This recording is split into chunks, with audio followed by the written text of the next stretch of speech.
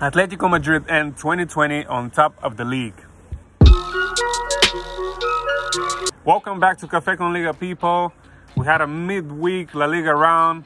Madrid is still gloomy as always. Happy holidays to everyone. As you know, this weekend we won't be having any La Liga action. The players are getting some well-deserved rest for the holidays. But the big news is that the big three, Atletico, Real Madrid and Barcelona, all won their games. With the biggest test was, of course, for Colchoneros, going to San Sebastián to play Real Sociedad, albeit it was a Real Sociedad that wasn't in the best of shape, and that's how they continue. I think they have now 6 games that they haven't won in La Liga. If we add the 2 Europa League games, that's 8 games. They are in a real hole at the moment, and it's something similar that happened to them last season. You know, they had a really good start to the season. Up until the COVID break, they were in the top 4 and then fell apart. So something similar is going to happen this year. I feel they have to buckle up and get their ideas. But of course, all praises have to go for Colchoneros. That was the second biggest test of the season after losing the Madrid derby. So all eyes were on them. How are they going to fare against a really big side? But hey, they did it. 2-0 with the goals coming in the second half. Mario Hermoso now, I think that's like, what, second or third goal for him this season. He's making a great impact in the defense with the, of course, absence of Jose Maria Jimenez. He's filling in, and him and Savic seem to be getting a formidable duo in the center of defense for Colchoneros. And up front, of course, Marcos Llorente, probably the best Spanish player at the moment. You know, the most in-form midfielder for sure in La Liga, scoring that goal and signing off the 3 points. And great performance by Simeone's men. Of course, they finish, they top La Liga on Christmas. Whether you want to give some importance to that or not, you know, that's 15 games in, and they are on top of the league on equal points with Real Madrid. But of course, don't forget they have 2 games less. Some bad news though coming after this game. Kieran Trippier, their right back, was actually found guilty for some match fixing scandal, I think, with a bookmaker. So he's gonna miss actually 2 months of football.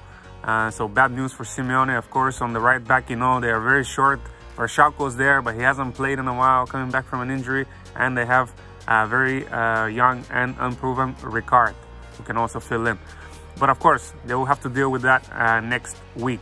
Last night, Real Madrid as well, winning their game against Granada. They had to dig in. They had to kind of pull out some of that Champions performance from last season, where they were getting results even when things weren't going their way.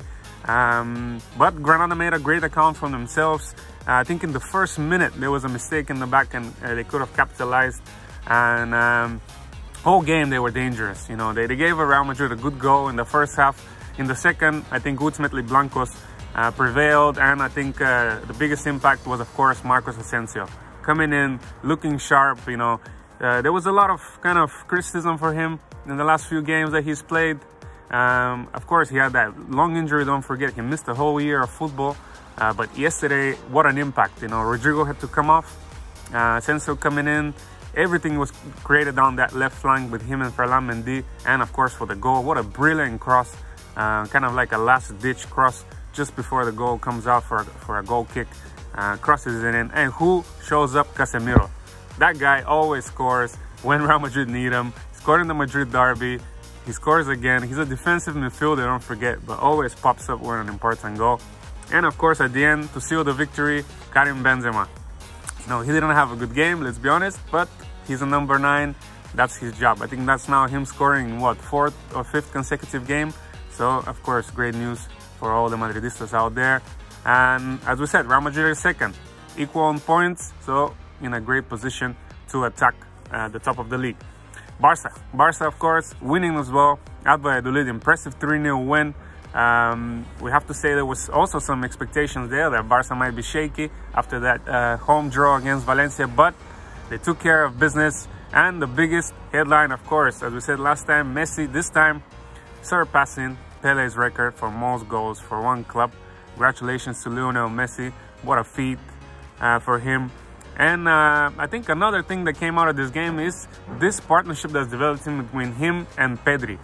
This young 18-year-old from the Canary Islands that's, you know, become basically a starter now for Barcelona.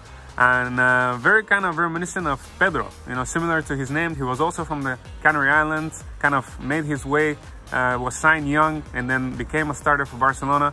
Reminds me of him a little bit on the wing. Seems to have a partnership with Messi, you know, like a telepathic partnership.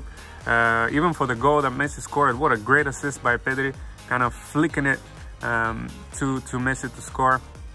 And overall, Barca looking good, but of course, it's a Valladolid side that is not looking good this season. You know, they were very solid last season. They were good in defense, but of course, they had to make some changes in the summer. They sold some of their best defender, and it's not working out for them this season, and they are now in the relegation zone.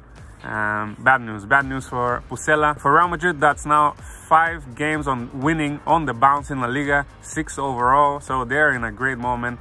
And of course, all Madridistas will like this to continue.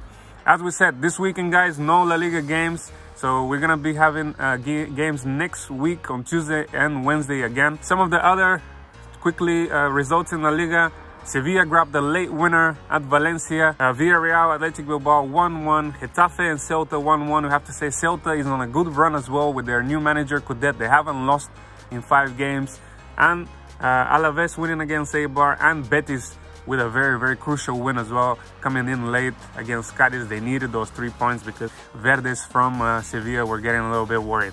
But that's all from Café con Liga, guys. As you know, always like, share, leave a comment below, and we'll be talking again next week. Ciao.